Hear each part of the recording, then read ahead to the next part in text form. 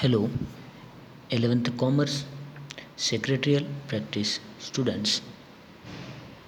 Chapter number 2 आपण joint stock company हा सुरू केला होता. त्या चॅप्टरमधील फीचर्स, जॉईंट स्टॉक कंपनीचे मीनिंग, डेफिनेशन पाहिली. त्यानंतर टाईप्स ऑफ कंपनीज पाहिल्या, कंपन्यांचे प्रकार.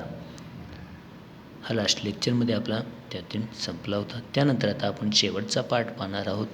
डिस्टिंक्शन म्हणजेच फरक स्पष्ट करा.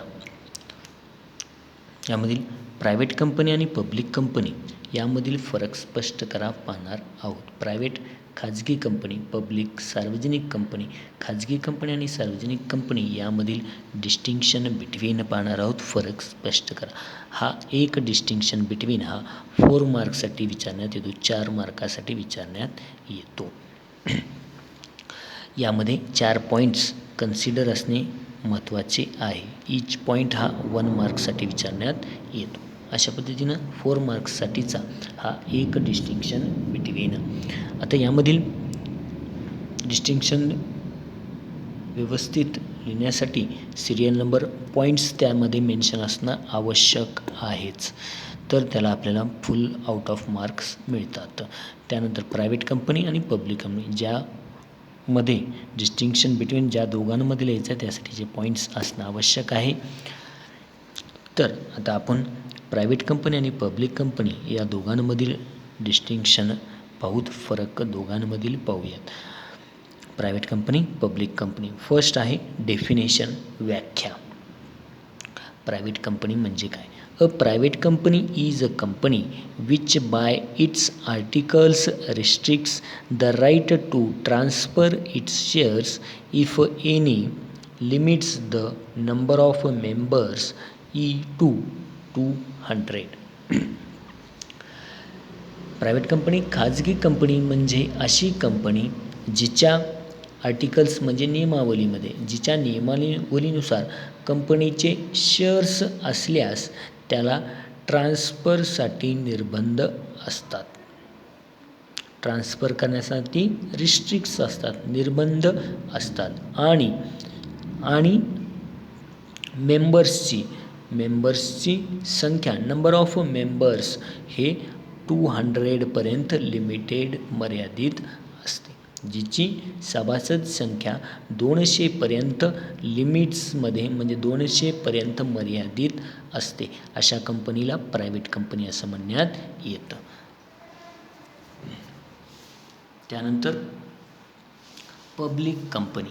A public company means a company which is not a private company. Public company, सार्वजनिक कंपनी म्हणजे जी कंपनी प्रायव्हेट कंपनी नाही अशी कंपनी म्हणजेच पब्लिक कंपनी होय. ह्या झालं फर्स्ट डेफिनेशन.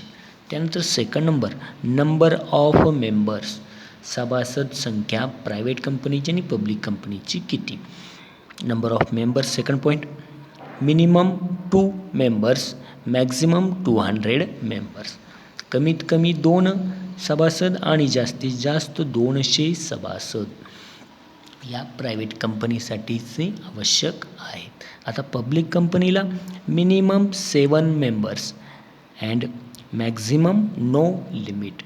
मिनिमम सभासद संख्या ही 7 आहे आणि जास्तीत जास्त कितीही नो लिमिट आहे. त्याला कसल्याही प्रकारची मेंबर्सची लिमिटवरती रिस्ट्रिक्शन्स नाही आहेत.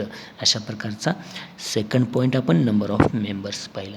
त्यानंतर थर्ड नंबर आहे नंबर ऑफ डायरेक्टर्स, संचालक. डायरेक्टर्सची संख्या प्रायव्हेट कंपनीमध्ये किती आणि पब्लिक कंपनीमध्ये किती असली गेली पाहिजे. Private. In a private company a minimum number of 2 directors are essentials. किती? 2 डायरेक्टर्स आर इसेन्शियल्स, गरजेचे आहे. किती आहे? प्रायव्हेट कंपनीसाठी कमीत कमी 2 डायरेक्टर्स असले पाहिजेत, 2 डायरेक्टर्स असले पाहिजेत. आता पब्लिक कंपनीसाठी number of directors. A public company a minimum number of 3 directors is essential. Public कंपनीसाठी कमीत कमी 3 डायरेक्टर्स आवश्यक आहेत. किती? प्रायव्हेटसाठी 2 डायरेक्टर्स आणि पब्लिक कंपनीसाठी 3 डायरेक्टर्स आर इसेन्शियल. 3 डायरेक्टर्स असणे आवश्यक आहे. त्यानंतरचा आता पुढचा 4th नंबरचा पॉईंट पाहूया. पुढे 4th नंबरचा point, right to transfer the shares. Transfer म्हणजेच हस्तांतरण करणे, भागाच्या हस्तांतरणाचा अधिकार प्रायव्हेट कंपनीला आहे का पाहूयात. Shares in private company are not freely transferable. Private कंपनीला शेअर्स ट्रान्सफर करता येत नाहीत. Not freely transferable. प्रायव्हेट कंपनीला शेअर्स ट्रान्सफर करता येत नाहीत. आता पब्लिक कंपनीला shares are freely transferable. Public कंपनीला शेअर्स ट्रान्सफर करता येतात. अशा पद्धतीने आपण 4th पॉईंट पाहिला, right to transfer the shares. Shares transfer करण्यासंदर्भातील अधिकार. प्रायव्हेट कंपनीला नॉट फ्रीली ट्रान्सफरेबल. प्रायव्हेट कंपनीला शेअर्स ट्रान्सफर करता येत नाहीत. पब्लिक कंपनीला फ्रीली ट्रान्सफरेबल. शेअर्स ट्रान्सफर करता येतात. त्यानंतर 5th number, issue of prospectus. Prospectus माहिती पुस्तक, माहिती पत्रक प्रसिद्ध करण्याबाबत. Private company can not issue a prospectus. Private company prospectus प्रसिद्ध करू शकत नाही. Public company can issue a prospectus. Public कंपनीला म्हणजे सार्वजनिक कंपनीला माहिती पुस्तक प्रॉस्पेक्टस प्रसिद्ध करता येतं. त्यानंतर लास्ट नंबरचा 6 नंबर, एंडिंग वर्ड्स. नावाचा शेवट किंवा शेवटचा शब्द या प्रायव्हेट कंपनी नंतर कोणता शब्द वापरला जातो. पब्लिक कंपनी नंतर कोणता शब्द वापरण्यात येतो. Private company, it is compulsory to add the word private limited after the name of private company. Private कंपनीच्या नावाच्या शेवटी प्रायव्हेट लिमिटेड खाजगी मर्यादित हा वर्ड वापरणे आवश्यक आहे. प्रायव्हेट कंपनी जर असेल तर प्रायव्हेट कंपनीचं नाव झाल्यानंतर प्रायव्हेट लिमिटेड हा वर्ड वापरला पाहिजे. जसा Reliance private limited company, Godrej private limited company. अशा पद्धतीने जे प्रायव्हेट कंपनी आहेत त्यांच्या नेमनंतर हा वर्ड वापरला पाहिजे, प्रायव्हेट लिमिटेड. यावरनं ती कंपनी प्रायव्हेट कंपनी कोणती आहे हे लक्षात येतं. जसं Navneet book private limited company म्हणजे प्रायव्हेट कंपनी आहे. आणि पब्लिक कोणती आहे हे लक्षात येण्यासाठी कोणता वर्ड वापरला आहे. It is compulsory to add the word limited after the name of public company. Public कंपनीच्या नावाच्या शेवटी लिमिटेड हा शब्द लावणे आवश्यक आहे. सपोज जर एखादी कंपनी पब्लिक असेल तर त्याला लिमिटेड, गोदरेज लिमिटेड कंपनी म्हणजेच ती पब्लिक कंपनी आहे. तर अशा पब्लिक कंपनीकडनं च्या शेवटी लिमिटेड हा शब्द वर्ड वापरला असेल तर ती पब्लिक कंपनी आहे. आणि प्रायव्हेट लिमिटेड हा वर्ड त्या कंपनीच्या नेमनंतर यूज केला असेल तर ती प्रायव्हेट कंपनी आहे. अशा पद्धतीनं आपण प्रायव्हेट कंपनी आणि पब्लिक कंपनीचे